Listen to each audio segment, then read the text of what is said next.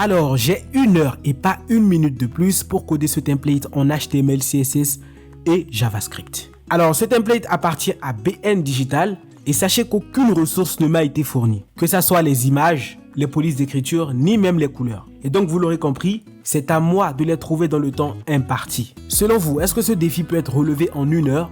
Dites-moi ça dans les commentaires. Si ce genre de vidéo vous plaît, likez-la et abonnez-vous. Et sans plus tarder, on y va. Alors, premièrement, j'ai commencé par le menu. Vous allez me dire, Faiz, c'est normal, tu ne vas pas commencer par le footer. Mais il y a un petit truc que j'ai oublié de vous préciser, c'est que le template ne fournit pas le logo. Et vous savez, ça, c'est pas un souci pour moi. Je suis allé sur Flaticon, j'ai cherché la lettre S.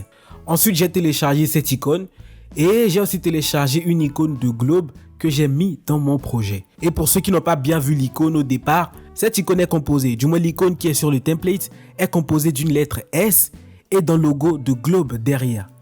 Et donc pour former ce logo, j'ai d'abord commencé par placer l'image dans une div et juste après, je lui ai appliqué un background image et l'image que j'ai mis dans le background, c'est-à-dire en arrière-plan du logo S, c'est le globe.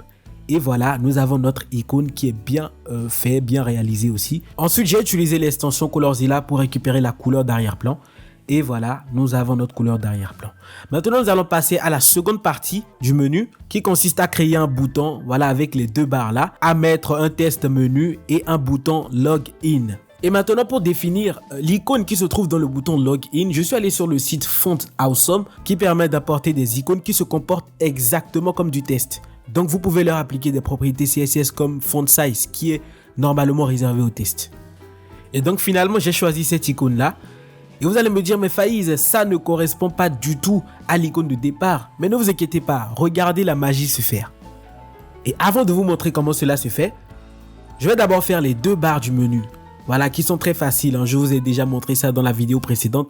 Il faut juste utiliser les pseudo-éléments after et before. Voilà, qui permettent de faire des barres comme ça, qui sont jolis, mignons. Et si vous avez un peu de code JavaScript, vous pouvez les animer vite fait. Maintenant, je vais m'attaquer au lien menu. Et là, je me suis rendu compte que je n'ai pas encore importé une police d'écriture.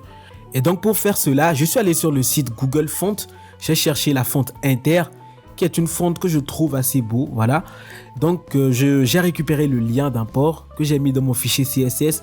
Et j'ai aussi récupéré la propriété que j'ai appliquée à tous les éléments de mon site. Donc dans étoile. Et ensuite, je me suis attaqué au bouton login, qui est un bouton assez facile à réaliser, hein. Vous voyez, vous avez juste à mettre des paddings pour espacer les trucs à l'intérieur, une couleur d'arrière-plan et à arrondir les bords, c'est tout.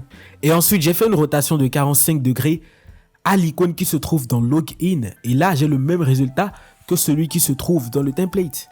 Et maintenant, il fallait mettre une image dans le menu, mais je n'avais pas d'image et je ne pouvais pas télécharger d'image, du moins d'image sur le template. Donc, je suis allé sur Pexel et j'ai cherché des images de golf que j'ai téléchargées et voilà, qui m'ont servi. Alors, dans cette partie, j'ai pas eu vraiment de difficulté à positionner l'image parce que je savais comment positionner cette image-là. J'ai utilisé la propriété Position Absolute pour positionner l'image, en fonction du menu. Mais il faut savoir que j'ai perdu énormément de minutes à chercher les bonnes valeurs du top et du left pour que l'image soit bien positionnée sur le menu. Vous voyez, j'ai passé trop de temps même, je dirais. Là, ça m'a fait perdre à peu près 2 à 3 minutes. Et je pense que c'était nécessaire pour avoir un résultat qui est convaincant. Ensuite, je suis passé à la section suivante. C'est une section qui contient un chiffre 0/08 et un petit test. Donc là, il nous reste 30 minutes et je pense que pour l'instant, on s'en sort pas mal. Alors, cette partie-là a été un peu compliquée, du moins pas très compliquée en vrai. C'est juste que il me fallait une police d'écriture que je n'avais pas. Du coup, là, je suis allé sur Google Font pour chercher une police d'écriture qui correspond aux chiffres qui se trouvent sur le template. Donc, j'ai passé des minutes et des minutes à chercher et je suis tombé sur Roboto qui correspond vraiment à ce qui a été utilisé sur le template. Donc là, j'ai réimporté les polices d'écriture. Puis j'ai appliqué la police d'écriture à la balise qui contient mes nombres, du moins mes chiffres. Et là, j'ai un résultat qui est incroyable. Je ne pensais pas que j'aurais un résultat aussi bien. Mais bref, le plus important, c'est qu'on ait un résultat qui est convaincant. Let's go, on continue. Ensuite, je me suis attaqué à la balise B qui se trouve à côté de ces nombres-là. Alors, cette balise-là m'a donné un peu du fil à retordre parce que je n'avais pas les couleurs. Et vous le savez, j'ai juste utilisé l'extension Colorzilla pour récupérer la couleur et ça a été bien. Et aussi le positionnement, ça m'a mis des minutes à savoir, du moins à connaître les bonnes valeurs de positionnement de cette div là. Mais au final, je l'ai trouvé. Et là, nous avons un résultat qui ressemble trait pour trait au template. Maintenant, je suis passé à la section suivante qui contient un grand titre et deux images qui sont collées l'un à l'autre. Et voilà. Mais le problème, c'est que cette partie-là, je ne savais pas encore comment positionner ces deux images-là. Est-ce qu'il faut utiliser une position absolute? Ce que je n'ai finalement pas fait parce que je me suis dit, je vais passer trop de temps à positionner les images. Donc là, j'ai juste utilisé un display flex pour positionner les images côte à côte.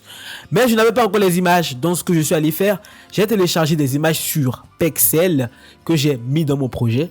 Et voilà, ce sont ces images-là que j'ai utilisées. Et ensuite, je me suis attaqué au big boss de cette section qui est le test de World of Golf plutôt. Là, j'ai fait une erreur de frappe. Il manque un L quelque part. Bref, c'est pas grave. Alors, je dirais que la principale difficulté que j'ai rencontrée là, du moins, c'est même pas une difficulté, c'est juste que j'ai passé mon temps à essayer des valeurs, plusieurs valeurs, jusqu'à ce que j'ai trouvé une bonne valeur qui correspond vraiment à ce qui se trouve dans le template. Et quand je parle de valeur, je parle du font size, hein, vous voyez, la taille de la police d'écriture. C'est pas vraiment évident à trouver du premier coup. Donc, il faut essayer plusieurs fois jusqu'à ce que on trouve une bonne valeur. Et c'est ce que j'ai fait. Ensuite, il me fallait mettre en place les deux images qui sont juste à côté. Et sachez que ça a été trop facile. Comme je vous l'ai dit, c'est juste des display flex quoi, et des margins pour les positionner. Mais il y a un problème. Vous verrez que ces deux images-là écrasent le test. Vous voyez, ce test-là a été disséqué sur 4 lignes, ce qui n'est pas du tout normal. Donc, j'ai réduit un peu la taille de ces images-là et mon test est revenu à sa position de départ. Et là, vous voyez, il nous reste 13 minutes et 20 secondes et j'ai réussi à faire 90% du site. C'est incroyable. Il nous reste juste la dernière section qui est une section très facile, hein, qui contient juste un petit titre H3 et une balise div, et une balise P plutôt. Et juste à côté, on avait une vidéo que je suis allé télécharger bien évidemment sur Pexel. Et voilà, il nous reste 6 minutes et le site est presque terminé. Il reste juste la vidéo à ajouter. Et j'ai oublié comment faire. Donc je suis allé sur un site où j'ai copié la balise vidéo qui contient une balise source aussi. Et cette balise-là, je l'ai appliquée sur mon site et j'ai changé le source, du moins la source de la vidéo, et j'ai mis la vidéo que j'ai téléchargée. Et nous avons ce résultat-là qui n'est pas du tout mal. Et le défi est presque terminé, il reste 3 minutes, mais il me faut faire le bouton play qui est un peu transparent, qui se trouve sur le template. Donc, je ne savais pas comment faire, du moins, je savais comment le faire, mais j'ai pas le temps de réfléchir parce qu'en 3 minutes, je ne peux pas le faire. Donc, je suis allé sur Internet pour chercher un bouton pareil et j'ai trouvé sur le site de 3W School un code qui permet de le faire, mais voilà, ce code est très moche. Je parle de la partie HTML, CSS, mais la partie JavaScript fonctionne. Donc, ce que j'ai fait, c'est que j'ai adapté ce code-là à mon code vite fait. Et on voit que ce bouton-là ne s'affiche pas. Alors, il fallait le mettre ici. Et voilà, nous avons ce bouton-là qui s'affiche.